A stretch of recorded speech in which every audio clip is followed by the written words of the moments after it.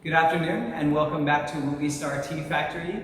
Today we're going to begin by explaining the products that you have received in your package, which has either arrived in the mail or will be arriving shortly.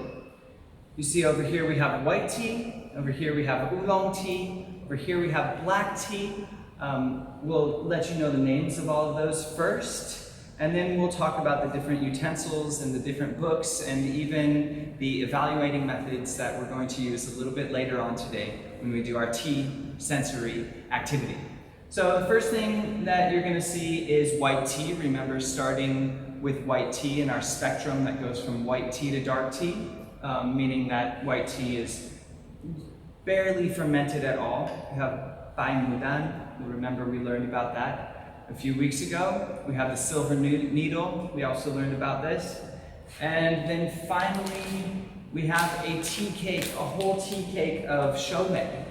We talked about all of these in our white tea presentation, and you may revisit that presentation if you would like to refresh your memory. Then coming up our spectrum, we arrive at our oolong teas. This big box here, we have the three greats of Wu Yishan, the three most famous rock teas in Wu Yishan. And so you start with, of course, Da Hong Pao here, and then you have Shui Xian, and then your Rou Gui, right? Then, if you remember our WeChat video, we tried all 5 kinds of Da Hong Pao teas. Remember, the importance in the difference between these kinds is the baking methods. So lightly baked. For a review of that, please see our YouTube page. And so there's all of those. And then, so here you have the top 3, the Da Hong Pao, the Shui Xian, the Rou Gui. Here you have 5 kinds of Da Hong Pao. We also decided to include this, which is, remember when we took our tour through the mountains last week, we saw so many cultivars, different tea cultivars, right? Well, that's what this reflects, is one of the cultivars that produces a very fragrant rock tea, and this one is called Xiaopingzhou. Okay, so this is a fresh tea from this year that is from a cultivar that is maybe less famous, but still creates a very delicious rock tea. Then we move on to our black teas, which you will see here. And starting it off, we have our lapsang socheng. Then we have the cigan, and finally we have the golden eyebrow, the jinjunmei. Again, if you need to refresh your memory, please see the videos that we have sent you before, because we have discussed all of the teas that you are going to be able to taste and share at home.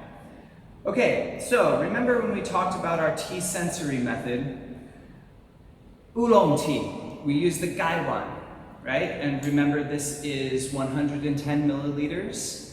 And we pour it into this bowl, which is a little bit smaller, right? And traditionally, we would use the spoon to taste it. We'll get into these details a little bit later. Then this small cup, remember in our presentation we talked about it had the ridges, so you can still use it to pour tea thusly. This is what we're going to use for our black tea and our white tea. The importance in the differences here are that this is 150 milliliters, where this is 110 milliliters. So this holds a little bit more liquid.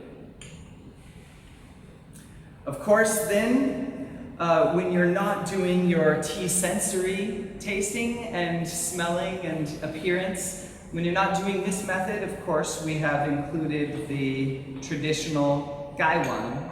So if you want to pour tea for your friends in the traditional way and serve it to however many people as you would like to take part, you have your gaiwan and your tea pourer here.